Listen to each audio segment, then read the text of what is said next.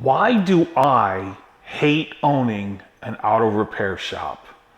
Well, I'm going to tell you why. And I'm going to tell you why for the last year I've had my shop up for sale and what happened and what we're going to do next. So there's several reasons I just don't like owning a repair shop. You're probably watching my channel, you know that I have a used car lot and I love buying and selling cars. It is definitely a passion thing for me. I feel like it's easy money because it's something that I enjoy. But years ago, I had a buddy and he wanted to buy a transmission shop. And sure, sounds like a good idea. He wanted me to go in with him. He said, hey, you can move your car lot down here. You don't have to pay rent twice. So I did it. And you know what happened? Well, about, I don't know, 6 months later, we decided we liked being buddies, but we did not like the transmission shop and we did not like it together. And he wanted to just cut our losses and run, and I didn't want to cut our losses and run. I'd put money in.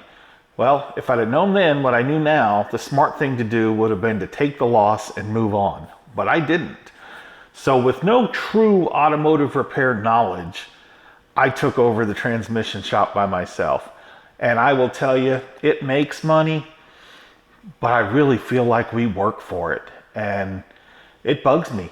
And, you know, there's never quite enough cushion in the bank. I'm always robbing Peter to pay Paul, but at the end of the month, I made some money. But here's some reasons why I don't like owning a repair shop. The first one sort of started around COVID, and that is supply chain issues, which is funny that this far out of COVID, we're still talking about supply chain issues. But I remember about a year ago, I ordered a set of pads and rotors for a GM truck. And it was the next day before our vendor, who's a reputable company, was able to get us pads and rotors for a GM truck. And when you stop and think about how many GM trucks, Suburbans, Tahoes, Denali's, Yukons, Escalades, Avalanches, that there are on the road, that has got to be one of the most common parts in the world. But things changed and they weren't able to get those. And what happens? The customer doesn't want to hear that shit. That's just reality. We know our transmission shop exclusively uses one vendor for parts, Transtar Industries. Before COVID, Transtar came at 10:30, they came at 1:30, they came at 3:30 or 4, and if they missed that, you could drop the order in a night drop overnight, so my guy would have it when he got there in the morning. Post-COVID, you got to order it by 10:30 to get it at about 1, and if you missed that, you get it in your night drop the next day. So what this has done has extended the amount of time it takes to complete a job. And then let's get on to the next one. So we do general repairs, obviously, and we do transmission rebuilds. Well, I rely on a third-party vendor. He used to work in my shop. Physically, he was there, but he outgrew that space. So now he works at another shop, and he builds for 5, 6, 8, 7 different companies. That's a pretty common thing. Well, if there's ever a problem with this transmission, it's hard to get him to come over and help us figure it out. If it's a problem and we got to pull the transmission out, take it back to him, you know, I'm paying labor twice to my guy. And now that transmission's back in the builder's queue and it's going to take some time to get it done. Who misses the deadline? Tom does. Who's already been paid? The builder does. Who gets paid twice? The guy that has to install it. So it can be kind of frustrating, and I really just don't like that. I think the biggest thing for me, the biggest part about why I don't like owning a shop is that it is a loss of control for me. I rely on my mechanic to tell me what it is that's wrong, what it's going to take to fix it, how much it should cost, and I rely on my transmission builder to build the transmission. And I do not have direct control. The guy that works in my office, yeah, he's pretty much direct control. We get along fine. He's there. His stuff doesn't come back. He's had, you know, one comeback every 6 months maybe for stupid shit that it's an easy fix. The builder, not so much. And those people are hard to find. And it's frustrating. So that's the big reasons why I don't like owning a shop.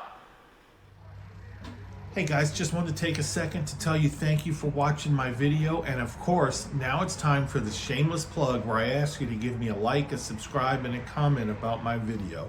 I recently found out when looking at my YouTube information that only about 5% of my people that watch my videos are actually subscribed. And I think I know why. I mean, generally you YouTube or you Google search the question that you have, usually about car titles, and then it shows you my video. You get the information you need and you move on. That's all well and good. But if you could take a minute and just hit that subscribe button, maybe you leave me a comment below. Hey, where did you find this video? Did you find this video looking on YouTube? Did you Google me to find this video? Are you a returned subscriber who likes to look at my content? I'd really like to know where my people are sourcing my videos from. And if you could give a like and a subscribe, I'd really appreciate it. There's a playlist with plenty of other videos, behind the scenes videos, Texas title issue videos, and of course the walk around videos for the cars that we actually sell. Believe it or not, we really generally are a used car dealer, not a YouTuber. But if you could do those things for me, I would sincerely appreciate it. Thanks for watching, and now we'll get you back to your video. Thanks again. So about a year ago, my mechanic and I were bitching and moaning about the business, and he said, you know, you should just sell this damn thing. So I put it on Facebook, I put it on Craigslist, I had some people look. 3 times I got pretty close. Over the course of the year, I had a guy kind of bail out at the last minute with no given reason. That sucked. I had a couple that wanted it. The husband was going to work in the shop, owner-occupant, and the wife was going to run the front office. That would have been absolutely perfect. But there was a little hiccup in their credit score, and between the landlord's leasing agent, and this couple, it dragged on about 30 days. The couple got frustrated, and they walked and found something else. So I was out of luck there. The third one was a group of guys that came by and they looked it over, and yep, they wanted to buy it and they wanted a contract and they were negotiating with the landlord, and then magically one day they said, gosh, we weren't able to come to terms with the landlord. And I think what it really was is they did not want to own a shop. They were more interested in the retail space for what they wanted to do.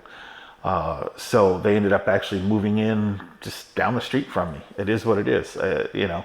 So I will tell you that I found out on a Saturday that I did not have a deal. I did not get to closing. And I spent Saturday kind of down in the dumps. I really did. You know, I want out. Sunday, I was kind of at peace. You know, I had been praying and praying like there's no tomorrow, that the right thing was going to happen.